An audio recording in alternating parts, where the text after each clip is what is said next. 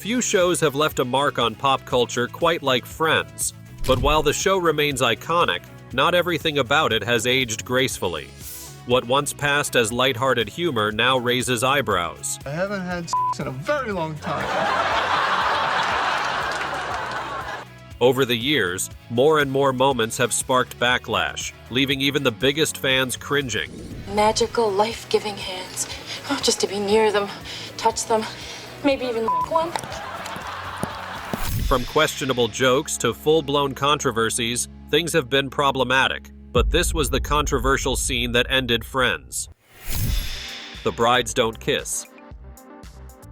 It was 1996, and millions of viewers tuned in to watch an episode of Friends that would undeniably make television history. The one with the lesbian wedding was the name of the episode, and at the heart of it was Ross's ex-wife Carol and her partner Susan. Both of them stood together at the altar, ready to say their vows. A same-sex wedding was being broadcast on primetime network television, and it was bold and progressive, but there was one thing missing. NBC knew what they were stepping into. With over 31 million people watching, the network braced for backlash. Would audiences accept this? Or would outraged viewers flood the station with complaints? In some places, the answer came before the episode even aired. A handful of local affiliates, including stations in Lima, Ohio, and Port Arthur, Texas, simply refused to broadcast it. The message was clear: they weren't ready for this. But what about the rest of the country? What happened next surprised everyone. Instead of controversy, something unexpected took over: acceptance. Many fans embraced Carol and Susan's love story, seeing it for what it was: a heartfelt wedding between two people who truly cared for each other. It was the kind of thing television had shown countless times before, but never quite like this. Yet behind the scenes, something was quietly held back. A kiss, which is a natural conclusion to any wedding ceremony on TV, never really happened. Jane Sibbett, who played Carol, later revealed the truth. "We weren't allowed to kiss, and we were disappointed by that. It just wasn't filmed." The decision, she explained, was a deliberate one. The producers pulled back, fearing it might push things too far. In their minds, simply showing the wedding was already a risk, so why invite more controversy? At the time, the show was praised for going as far as it did. But looking back, the missing kiss stands out. Yet, even in its compromises, this episode did something important. It put a conversation on the table, one that couldn't be ignored. When two TV stations banned the episode, it sparked media attention. Sibbett saw that as a silver lining. "That kind of press was the best thing because it really brought the conversation to the table," she later said. But if you think Friends was always good at handling sensitive topics, think again. Gender identity is a punchline. For years, Friends had a knack for turning even the most uncomfortable situations into comedy gold, but some jokes took things too far. Still, few storylines from the show have sparked as much trouble as Chandler Bing's relationship with his estranged parent, Charles Bing, better known as Helena Handbasket. From the moment Helena appears on screen, the audience is given a cue. This character is always meant to be laughed at. A drag performer in Las Vegas, Helena exudes confidence, poise, and charisma. But the show's handling of her identity is where things get messy. Throughout her appearances, Chandler and the rest of the gang refer to her only as Chandler's dad, never acknowledging her as a transgender woman. Instead, she's framed as just a man in a dress, a running joke the show never lets go of. At the time, no one in mainstream media was asking whether this was troublesome. Audiences laughed, and the live studio crowd roared as Chandler squirmed with embarrassment every time someone mentioned Helena's identity. And then there were the punchlines. One of the most infamous moments happens at Chandler and Monica's wedding rehearsal dinner. Chandler's mother, always sharp-tongued, turns to Helena and delivers a stinging quip, disturbingly questioning her gender identity. The line landed like a gut punch, but in 2001, it was just another joke. Kathleen Turner, the actress who played Helena, took the role as a challenge. When producers approached her, they pitched it as a man playing a woman, a novelty at the time. Turner later admitted that she didn't fully grasp the nuances of trans identity back then, but in hindsight, she sees why Helena's portrayal hasn't aged well, and she's not the only one. Over the years, perspectives on Helena have shifted dramatically. What was once seen as a comedic highlight now draws sharp criticism. More than a decade later, Slate called the portrayal especially appalling. LGBTQ+ advocates argue that Helena's character was a rare instance of trans visibility on television, yet she was still treated as a joke. Friends co-creator Marta Kaufman has since admitted regret. Helena, she explained, was always intended to be a transgender woman, but at the time, she didn't fully understand pronouns. We kept referring to her as Chandler's father, Kaufman said. Even though she was trans, pronouns were not yet something that I understood. If she could do it all over again, she says, she would approach Helena's character with far more respect. But here's the irony. Despite all the problematic jokes, Helena was still one of the very few trans characters on television in the 90s. And unlike many trans characters of that era, she wasn't a tragic figure. As author Kelsey Miller pointed out, trans representation in media often came in the form of a murder victim on Law and Order. In that sense, Helena was different. She was vibrant and alive, but was she truly seen? This entire ordeal was a reminder that even the most beloved shows don't always get it right, and you'll definitely understand what this means when you look at the next controversial moment. Ross makes a pass at his cousin. Some moments in Friends aged like fine wine, while others, not so much. But nothing beats that one scene that left everybody in complete disbelief. In fact, it has been dug up years later and unanimously declared one of the most cringe-worthy moments in sitcom history. It happens in Season 7, in an episode that starts off innocently enough. Ross and Monica's cousin Cassie comes to town, played by guest star Denise Richards. She's effortlessly beautiful, the kind of person who turns heads the second she walks into a room. Ross, on the other hand, is recently divorced, socially awkward, and constantly fumbling his way through disastrous romantic encounters. But this time, he doesn't just fumble. He falls off the edge entirely. At first, it's subtle. Cassie flips her hair, and Ross stares just a little too long. She laughs, and something in his brain short-circuits. He knows he's looking at his own cousin. He knows this. But somehow, that part of his brain completely malfunctions. And then, the moment comes. They're sitting together in a dimly lit living room, and Cassie is relaxed, oblivious to what's happening in Ross's head. He, on the other hand, is spiraling. And then, in the single worst decision of his already disastrous dating history, he leans in. Cassie pulls back immediately, her face a mix of horror and disgust. "What the hell are you doing?" she demands. The audience erupts in laughter. Ross, humiliated, stammers out some excuse. The scene cuts away, playing his absolute rock-bottom moment as a slapstick joke. And somehow, in 2001, that's exactly how most viewers took it. An absurd, over-the-top gag about Ross's terrible judgment. At the time, there was no major controversy, with no Twitter threads dissecting the implications. A few fans recoiled, sure. Water cooler conversations included plenty of "ew, Ross" moments, but it wasn't the moment people fixated on. For the most part, audiences let it slide, but not anymore. As the years passed, this storyline became infamous. The internet never forgets, and neither do fans who binge-watch old shows with a modern lens. One ranking called it the #1 worst moment in Friends history. And the strangest part was that this wasn't even the only bizarre plotline in that episode. In the very same 20-minute stretch, Monica is trying to craft a fake foreskin for Joey's audition. And while that subplot is the less disturbing of the two, it's clear that something has gone terribly wrong.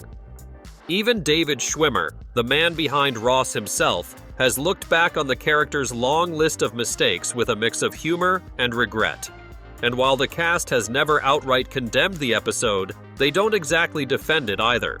Today, Ross's cousin debacle stands as a textbook case of a joke that would not fly if Friends were made now. But did they learn from this and avoid making jokes like these again? Well, you're about to find out.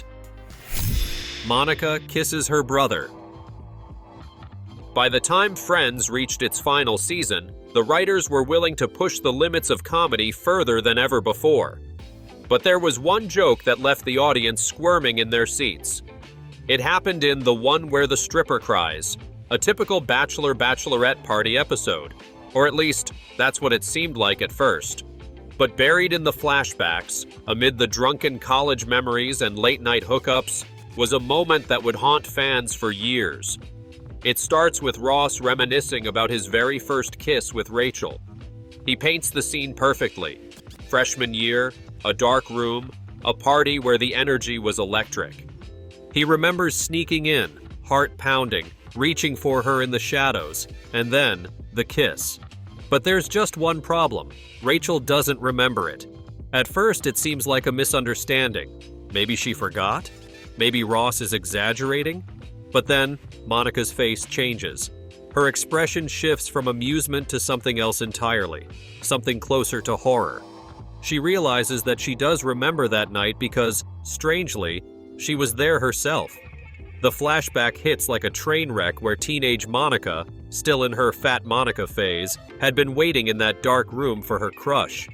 Ross, in his misguided search for Rachel, had stumbled in, leaned down, and kissed her. His very own sister. In the present, the realization hits both of them at the same time. Monica recoils, gagging, exclaiming how that was her first kiss ever, while Ross screams in horror, flailing in a full-body panic. The audience erupts in laughter, but for a lot of fans, the reaction at home was very different. Even in 2004, people were starting to notice something strange. Why were the Friends writers so obsessed with jokes about this kind of thing? First, Ross and his cousin. Now, a flashback of him accidentally kissing Monica. One outlet even pointed out that this wasn't just a one-time mistake. There had been several moments over the series where Ross and Monica's relationship felt too uncomfortably close. They wrestled, slow danced at parties, and in one infamous moment, Ross gave Monica detailed advice on bedroom moves to impress a boyfriend. Looking back, this kiss became a turning point. Of course, David Schwimmer and Courtney Cox played the scene big. The screaming, the flailing, the complete and utter disgust. It was meant to be a punchline, the ultimate over-the-top gag in the show's final stretch. But some critics weren't laughing. Years later, Entertainment.ie called it stomach-churningly not funny, ranking it among the worst moments in the show's history. Decider ran an entire deep dive into the alleged incestuous relationship between the Geller siblings, half serious, half joking, but still highlighting how bizarrely intimate their dynamic had been over the years. Even Friends co-creator Marta Kaufman later admitted that, by season 10, the writer's room had one rule. Nothing was off limits for a laugh, and this scene was them testing just how far they could take that rule. But not every mistake within the show has been about jokes gone wrong. The next issue got seriously heated. Lack of diversity. For a show set in the heart of New York City, Friends had a massive problem, one that took nearly a decade to even begin addressing. Across 10 seasons, 6 white, straight friends sat in Central Perk, swapped jokes in their spacious apartments, and fell in and out of love, all without crossing paths with many people who didn't look just like them. And for years, almost no one said a word.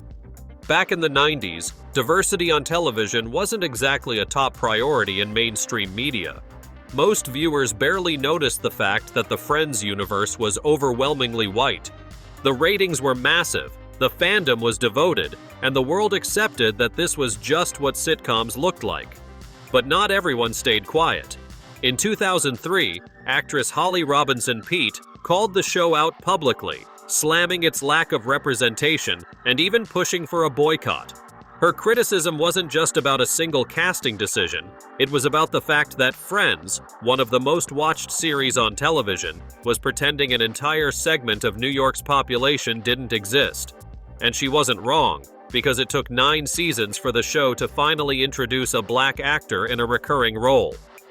That milestone came in season 9 with Aisha Tyler's character, Dr. Charlie Wheeler, a brilliant paleontologist who briefly dates both Joey and Ross.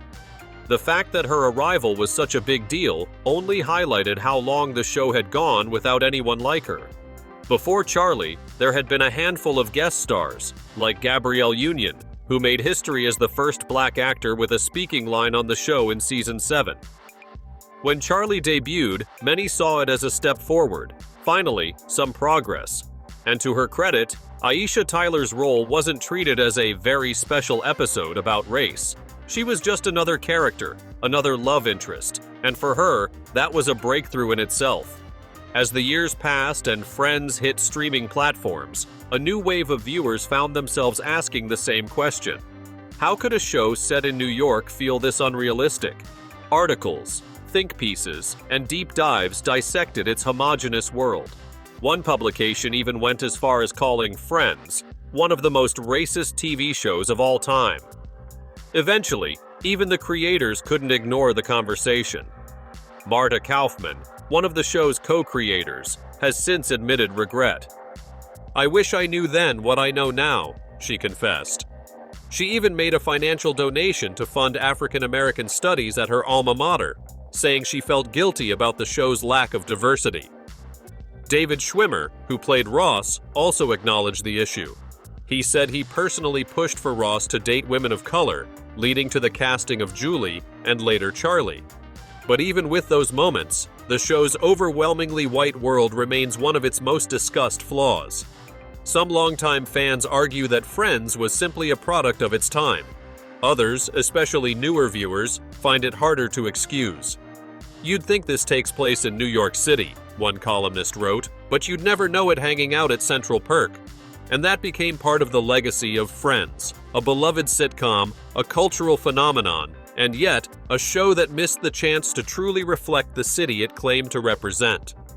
Now, if you think this was a grave mistake, wait till you see how badly they messed up in season 3. The infamous break. Few television moments have left fans arguing for decades, but when Ross and Rachel's relationship imploded in season 3, it split the entire Friends fandom in two. It all started in the one where Ross and Rachel take a break, a moment that was never supposed to be as complicated as it became. A heated fight led to frustration boiling over, and before Rachel could think through what she was saying, she told Ross, "Maybe we should take a break." The words hung in the air, unclear in meaning but heavy with emotion. Was she serious, or was it just frustration? Ross didn't know, but what he did know was that he felt unwanted, heartbroken, and utterly lost. So that night, with his mind clouded by anger and hurt, he walked out, and that's when everything changed. Before the night was over, Ross had made a choice he couldn't take back. He slept with another woman. Less than 24 hours after Rachel's words, he found himself in the arms of someone else. It was impulsive, desperate, and, as he would later claim, technically not cheating. But was it? The fallout came fast and hit hard in The One the Morning After, a gut-wrenching confrontation that left both characters shattered. When Rachel found out, the argument that followed was filled with devastation, disbelief, and rage. Ross defended himself the only way he knew how, insisting, "We were on a break." He saw it as a misunderstanding, a lapse in judgment, not a betrayal. Rachel saw it differently. To her, the break was nothing more than a temporary cooling-off period, not a full-blown breakup. She felt blindsided, humiliated, and unable to look at Ross the same way again. The scene was raw, filled with painful accusations, and ended with one of the show's most heartbreaking moments, Rachel's devastating 5-page front and back letter, a last-ditch attempt to find closure in something that could never truly be fixed. Fans were just as divided as Ross and Rachel themselves, and the moment the episode aired, it became one of the most debated topics in sitcom history. Overnight, the fandom split into two camps. Team Ross, who argued that Rachel had initiated the break and Ross had no way of knowing she didn't mean it literally, and Team Rachel, who saw Ross's actions as a complete betrayal, an inexcusable mistake made far too soon. The show leaned into the controversy, turning "we were on a break" into a recurring catchphrase, one that would follow Ross for the rest of the series. Magazines, talk shows, and internet forums kept the argument alive for years, with even the cast getting involved. Jennifer Aniston firmly sided with Rachel, while David Schwimmer often jokingly backed Ross. Even decades later, the debate hasn't died down. Articles, polls, and online discussions still dissect every detail of that night, trying to answer the question that has never truly been settled. In 2019, Cosmopolitan even brought in real relationship therapists to analyze the situation, only to find that even the experts couldn't agree. The phrase itself has taken on a life of its own, appearing on everything from t-shirts to mugs to memes, proof that this one fictional argument has cemented itself in pop culture history. But with time, modern critics have also started to look at the bigger picture, questioning whether Ross and Rachel's relationship was ever as romantic as it seemed. Some have pointed out Ross's possessiveness, his jealousy over Rachel's co-worker Mark, and the way he handled conflict as red flags that go far beyond one bad night. What was once seen as dramatic and compelling has, for some, started to feel more like a toxic dynamic disguised as romance. And yet, the emotional weight of that breakup remains undeniable. No matter how many years pass, no matter how many times people rewatch the show, there's still no clear answer. But not all controversies are this ambiguous. The next one was crystal clear, right from the beginning. Rachel and Joey hookup. By the later seasons of Friends, the show had already cemented itself as one of the most beloved sitcoms of all time, but that didn't stop the writers from taking one of their biggest creative risks yet, pairing Rachel and Joey in a romantic relationship. What started as a comedic subplot in Season 8, with Joey developing an unexpected crush on a pregnant Rachel, slowly evolved into something more serious. By Season 9, the tension between them grew, and in Season 10, they actually tried dating. It should have been just another fun twist in the ever-complicated love lives of the group, but instead, it became one of the most controversial storylines in the entire series, not because of any social issues, but because it divided fans in a way no other plotline ever had. For many die-hard Friends viewers, Joey and Rachel becoming a couple felt completely wrong. Rachel was supposed to be the endgame for Ross, and Joey had always been like a brother to her. Their relationship had been firmly platonic for years, so the sudden romantic shift felt forced, unnatural, and, to some, even uncomfortable to watch. Fan backlash came fast and loud. Online forums exploded with outrage, letters flooded in, and critics were just as harsh. The Guardian would later claim this storyline was the beginning of the show's decline, saying the ill-conceived fling drained the series of its last bit of credibility and momentum. Entertainment.ie ranked it among the worst Friends moments, calling it a total mess, and proof that by Season 10, the writers were running out of ideas. But why did it fail so miserably? Part of the reason was that it felt like a betrayal of the characters. Joey had always been Ross's loyal friend, and the idea that he would suddenly pursue Rachel didn't sit well with fans, or even with the actors. Matt LeBlanc himself was firmly against the storyline when it was first introduced. According to executive producer Kevin S. Bright, LeBlanc strongly resisted, believing that Joey would never go after his best friend's ex-girlfriend. He only agreed after being convinced that the show would handle it carefully. Ross would awkwardly give permission for Joey and Rachel to date, in an attempt to avoid breaking the so-called bro code. But even with that justification, it didn't work. Fans still weren't on board, and worse, the chemistry that made Joey and Rachel such great friends didn't translate into romance. What had once been effortless and fun between them became awkward and unnatural. The show even seemed to acknowledge this itself, with scenes of the two struggling to get through a kiss without laughing, or Rachel accidentally kneeing Joey during a makeout session. Almost as if the writers knew it wasn't working, but had to commit to it anyway. Sensing the backlash, the show quickly course-corrected. By the middle of Season 10, Joey and Rachel realized they were better off as friends, and the whole storyline was quietly wrapped up and forgotten. Even the producers admitted it was an experiment that didn't quite land. Co-creator David Crane later said they wanted to explore what would happen if two close friends fell in love, but in the end, it just didn't feel right. Fans tend to agree, with many pretending the whole thing never happened. One article even joked that the Joey and Rachel romance is something most people have blocked out of their collective memory unless they're re-watching and are suddenly reminded of its existence. This entire controversy proved one thing: fans have a deep attachment to the characters they love, and some storylines are just too far removed from what people want to see. In the end, the show put Rachel back with Ross, restoring the balance that so many fans believed never should have been disrupted. However, if you think this was the end of bad romances, you'd be absolutely wrong. Ross's relationship with a student. Season 6 of Friends aired in 1999, and by that time the show had already tackled plenty of questionable romances. But one storyline in particular has aged worse than most. Ross, who is now a college professor, started dating one of his students. It all begins in The One Where Ross Dates a Student, when 19-year-old Elizabeth Stevens, played by Alexandra Holden, catches Ross's attention in his lecture hall.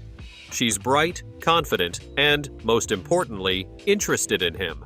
When she slips him a flirtatious evaluation, Ross is immediately drawn in, but he also knows the truth. This is not a good idea. At first, he tries to justify it. Maybe it's just frowned upon, maybe it's not really a big deal. But when his friends warn him that this could get him fired, it doesn't stop him. Instead, he decides to keep things a secret, sneaking around campus and dodging disapproving glances. At the time, the reaction was mixed. It wasn't a universally loved storyline, but it didn't spark massive controversy either. Most viewers found the pairing bizarre, not necessarily because of ethical concerns, but because it just wasn't that compelling. Coming off the high drama of Ross's failed marriages, this relationship felt more like filler than anything meaningful. Some fans were creeped out, pointing out that Ross, a man in his early 30s, had no business dating a teenager, but the show framed it differently. Elizabeth was presented as mature for her age, while Ross was the one struggling with the dynamic, worrying about how it looked, panicking when she wanted to go on spring break, and ultimately realizing they were in completely different places in life. Because the show leaned into his awkwardness rather than treating the relationship as something predatory, it seemed to skate by without much backlash. But even back then, people were side-eyeing Ross's choices. Years later, a Reddit thread summed up the general discomfort, pointing out that no matter how much the show tried to play it for laughs, there was never a world in which it was appropriate for a professor to date a student, even in the year 2000. Looking back now, the storyline has only become more uncomfortable. Modern audiences are far less willing to overlook the power dynamics at play, and publications like The Guardian and The Independent have revisited these episodes with a much more critical eye. Even though Elizabeth was of legal age, Ross was still the authority figure, and watching those episodes now, it's hard not to agree with Elizabeth's father, played by Bruce Willis, who immediately called Ross out and threatened to report him. The writers may have thought this was a way to shake up Ross's storyline and explore a new facet of his neuroses, but instead, they ended up with one of his most uncomfortable plot lines. Thanks for watching, and we'll see you in the next one.